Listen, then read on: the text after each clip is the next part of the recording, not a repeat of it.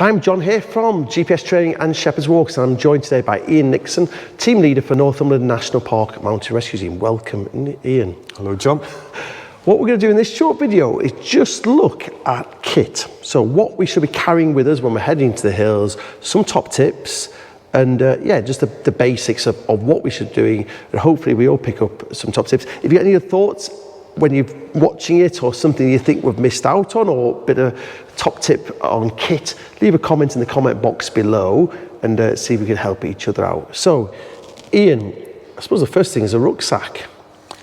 Yeah, critical, because obviously you've got to carry things with you. I mean, I have seen people going out on the hills with a plastic bag, but we wouldn't advise it. A rucksack's best.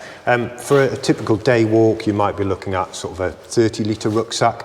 If you're going for a longer day or overnight, 50 to 60-litre rucksack, but you need something that's comfortable. And then, of course, if you're doing other activities like fell running or trail running, there's purposely designed rucksacks for that type of activity as well. So it's endless possibilities where rucksacks are concerned. It is an endless budget on rucksacks as well, isn't it? I think it's just finding something that's comfortable for you. Yeah. And if you're starting off walking low level, walking something quite cheap, and then as you get more into it, you can start and you'll end up like we have, most of us, is a room full of different rucksacks for different occasions. Yes, and different jackets for different occasions, etc., yeah.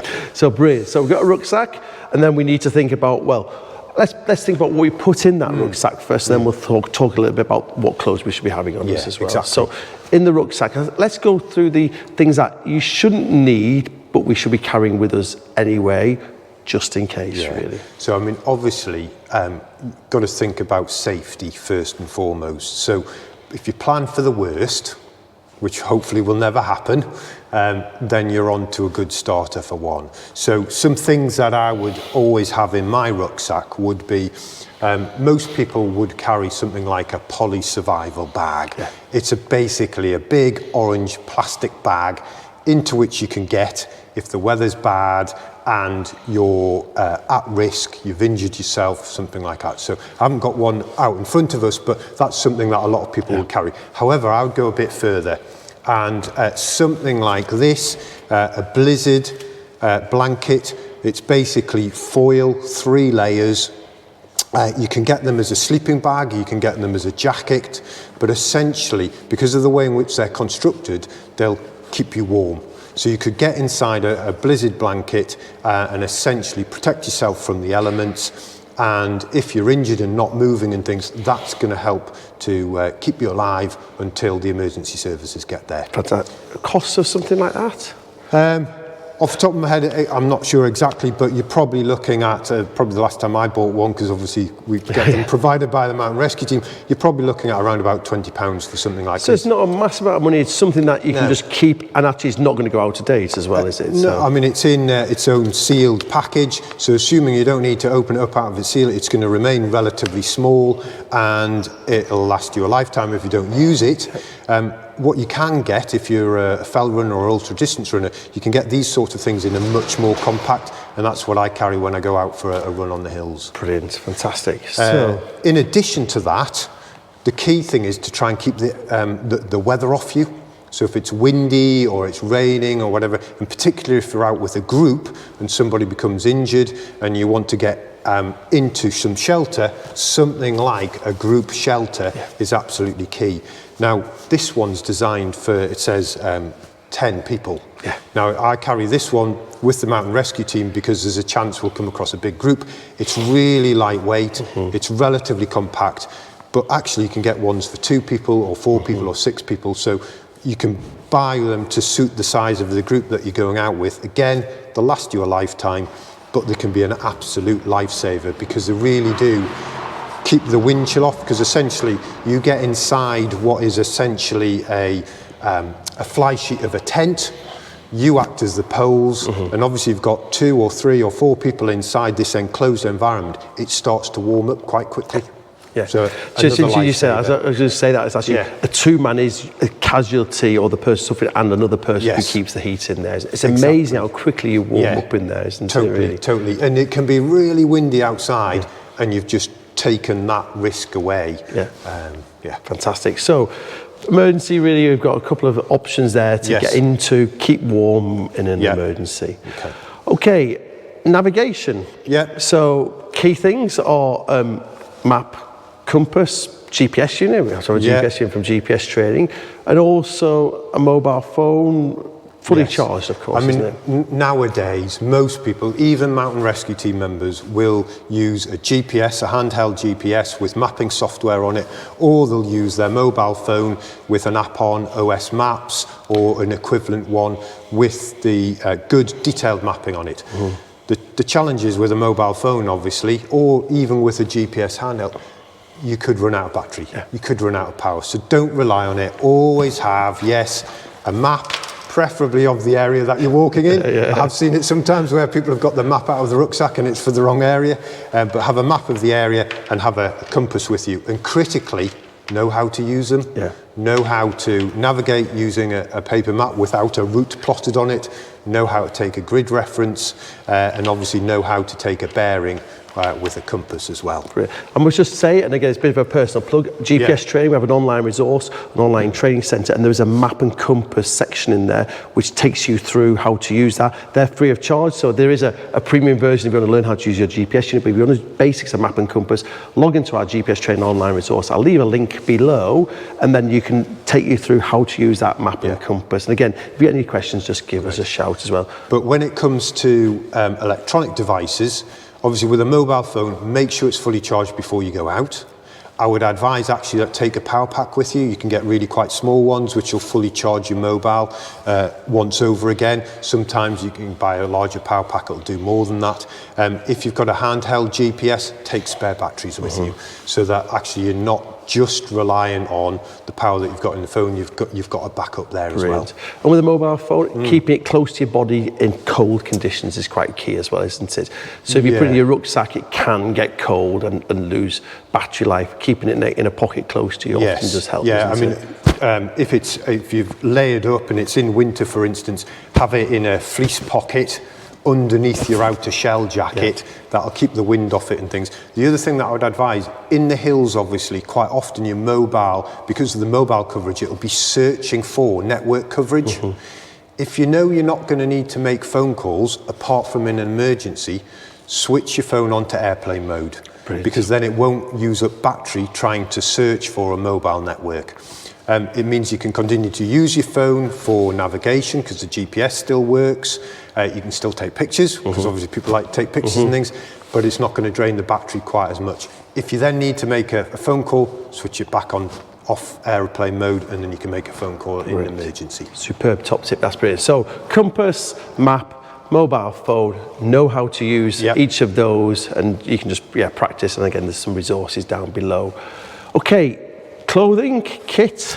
Yeah, so clothing, I mean, obviously the most important thing is if you know what the weather's going to be like and things, you know the time of year that you're going out, the most important bit of kit is what you're wearing.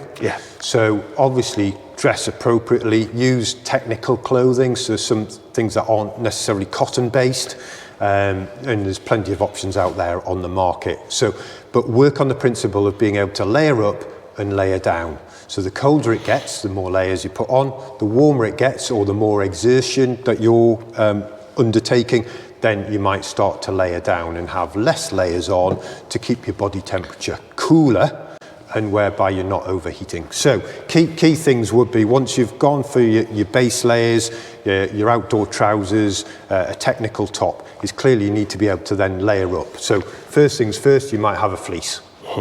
Again, all sorts of options on there. Lots of people like fleeces with a hood on it because that's just added warmth when you put a hat on, but then you can put a hood on as well. So a fleece, but then when you stop, a fleece often isn't enough. So you need an insulated jacket. We have particular ones for mountain rescue. In the UK, because of the weather, it's generally, even in winter, it's wet weather. So it's important to think what type of insulation you want. We would generally carry synthetic insulated jackets rather than down, but even down nowadays, the quality of it and how they deal with it means that it does work better when it's wet.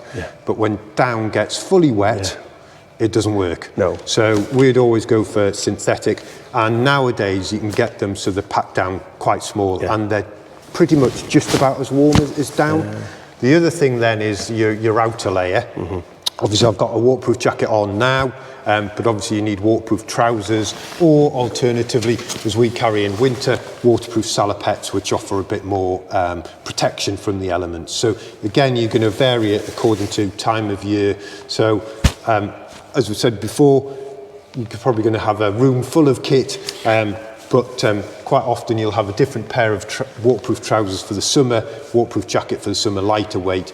Winter, you need something heavier weight, more robust. Winter hats and gloves as well, isn't it? I suppose that's the key thing, is that even multiple pairs, spare pairs, just in case your gloves get wet, etc. Definitely. So I mean, I've just got a hat and a pair of thermal fleece gloves out at the moment, but in winter, when we're out, we will have multiple pairs of gloves, different types of gloves. You might have a thin pair of gloves. The same principle works on your hands, being able to layer up and layer down. So you might have a really thin pair, maybe woolen base layer gloves to wear on your hands. Then you'll put a thicker mitt on, and then you might even put a waterproof glove over the top of that, or mitt over the top of that. So again, critically important to have options in that regard, but minimum would be a hat to keep you warm, because you lose most of your heat out of your head, or alternatively hoods that you can pull over, and then gloves or multiples of gloves depending on what the conditions are like. Fantastic. Have we missed anything there? There's one thing at the back here. I mean, hopefully, if we had an emergency and somebody in your party or yourself gets injured, obviously it's critically important to carry a first aid kit. Yes. Again, you can really go to town with a first aid kit. That'll cover every single eventuality. But you can, even if you're running in the hills, get really lightweight kits, which will deal with the life-threatening injuries that you might have. And then, obviously, if there's anything beyond that, you're going to have to make do and mend. But you can get bigger kits, which you can deal with a lot more with. That'll be down to your training as well. So what are you confident in dealing with? But the key thing is, if you're bleeding, you need, obviously, pads to put on to help stop the bleeding and pressure. So you might need bandages to go round. So standard first aid kit that you can buy from any outdoor store. The other thing is, that we haven't mentioned, a torch. Is torches. So even, I mean, summer we get very, very long days, but particularly at this time of the year, we're moving into spring. It's still getting dark at 5:30, 6 o'clock at night. People can be out on the hills for longer than they anticipate, or they get caught out. We'd always advise carrying a torch, but if not, carry a spare torch as well. So 2 torches is better than 1, because if one breaks, you've then got a spare. And also take spare batteries with you as well. Really, really important piece of kit. It's not good enough to rely on, as we've seen on a number of incidents where the only form of light that individuals have is their light on their mobile phone. Doesn't really help. So head torch, really good head torch. You can get some really bright ones nowadays, and ones that you can adjust the brightness as well. So as you're walking along, you see just in front of you, but then you can really zoom out and see quite a way ahead. I must personally say as well, having a head torch changes how much you enjoy that walk, because actually you're not worried about walk. Once you start walking with a head torch and understand that it's not that hard to do, you actually start enjoying that walk. So especially if you're winter walking, instead of thinking I'm going to be back for 4 o'clock because it goes dark, if you get back at 4:30, you've got 3/4 of an hour with your head torch on or something. It suddenly opens it up, takes that pressure off all the time, looking at watch, get back before it go dark. Put your head torch on, walk with it. Actually, it's quite good fun of walking in the dark. And actually, once you get used to it, it takes that pressure off. So actually, even if you get back at 5:30 in winter or 6 o'clock, you've got your head torch, you can still enjoy that day's walking, can't you? And I've gone out when my children were younger to give them an experience of what it's like, where we've purposely started off late in the day. Obviously, we've got the right skills and knowledge and experience to be doing this sort of thing, and we'll go off, and the purpose is to come down off the hills in the dark, because it is just a totally different experience. Obviously, the only other thing that we haven't got out here, but it's critically important to have with you, depending on how long you're going out for, is food and drink. Yeah, I was going to say, our food and drink's key. So just make sure you've got plenty of food with you, and always carry some spare food. So if you think you're going out for a day's walk, always make sure you've got a few extra bars and things in there, just in case. Yeah. And then obviously plenty of drink. If you're going out in winter, probably advisable to take a warm drink as well. Yes. But also carry some water, and obviously in summer, plenty of water to keep hydrated. It's a good excuse to take lots of snacks with you, lots of chocolate bars. And Exactly. All the things that you wouldn't normally eat, you're allowed to eat out on the hill. Yeah. Fantastic. Brilliant. That's the key, well, some of the key things. Again, other things to mention really is keeping everything dry in your bag, isn't it? So exactly. actually, you know what, you put this kit in there, if it turns into a wet day, you can get these, keep the outside of your rucksack dry, or aqua packs inside, or even carrier bags, keep it dry, isn't it? That's the key thing. Exactly. I mean, you don't have to go to great expense. Plastic bags that you get from supermarkets will work reasonably well in that regard, but you can go for dry bags. Again, relatively lightweight. What I tend to do is have all my bits of kit in different bags, different colours, so I know where to look and what to go for when I need a particular item of kit. But I'd always advise putting things within an overall dry bag in a rucksack. Yes.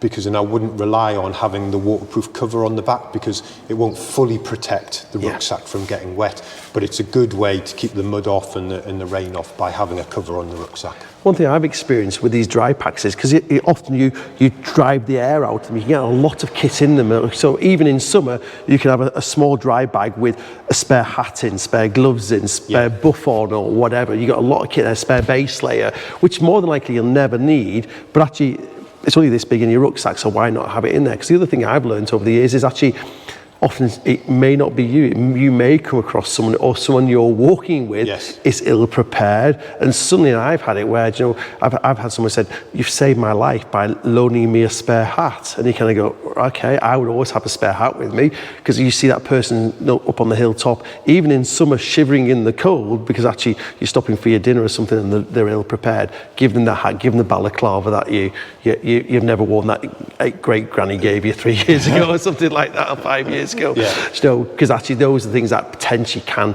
save lives, or even increase the enjoyability of a walk for you and your friends. Exactly. The key thing is to go out being prepared for the conditions that you're likely to expect and the route and the activity that you're doing. If you're doing that, you'll be doing it safely overall, particularly if you've then got the knowledge and skills to be able to do it. But actually having that stuff there does, as you say, John, enable you to help somebody else out, because the first rule when you're out in the mountains is that notion of self-rescue. Mountain rescue should almost be, we're more than happy to come out and help people in their hour of need, but you should try and get yourself off first, and then obviously if you come across somebody, obviously do what you can to help. And if you've got spare kit like that, that's great, because that's the first step in helping that person to have a positive outcome. Fantastic. So that's a really good insight, or a touch into some of the kit that we should be using. Ian's team leader for Northumberland National Park Mountain Rescue. Mountain Rescue is a volunteer-led organisation. You live off the back of donations from people like myself and other walkers, well, non-walkers as well. So how can people donate to Mountain Rescue, both locally and nationally? So locally is the Northumberland National Park Mountain Rescue Team. We have a website. We've got a page on there which tells you how you can donate. You can donate through Just Giving, for example, but there's numerous other ways that you can offer donations. And if you go around many of the shops within Northumberland, there might be a collecting tin there as well, where you can put in a few pennies and things like that, because literally every bit helps in that regard. Obviously, as you've done, John, you can go on a challenge event and raise funds for the team, which is a brilliant way of doing it, because it's time and effort that you're going to, which is really much appreciated, but actually it makes it so much easier for us. And all of that money goes to paying for things like this vehicle, which is a significant expense, fully converted, purpose-built for mountain rescue. But then equally, some of the kit that we issue to team members, vitally important. I mean, essentially it's personal protective equipment. We've got to raise funds for that as well. So every little bit helps. Nationally, there's Mountain Rescue England and Wales, and they have a website where you can donate as well. And each mountain rescue team will have a fundraising coordinator. So if people are watching, have got an idea, they're going to do a run, they're going to do a walk, they're going to do a kayak or something, that they could get in touch with the local mountain rescue. They'll help you through that process and hopefully raise some money for the local team. Yeah, you get in touch with them via their webpage or their Facebook page or their Instagram page, and someone will get back to you and put you in contact with the right person. Brilliant. Right, if you think we've missed anything, leave a comment in the comment box below. I'm sure we will have, and hope we can help each other. And if you need any other top tips and things, please do get in touch with ourselves. And many thanks, Ian, for joining me on this short video. Thanks, John.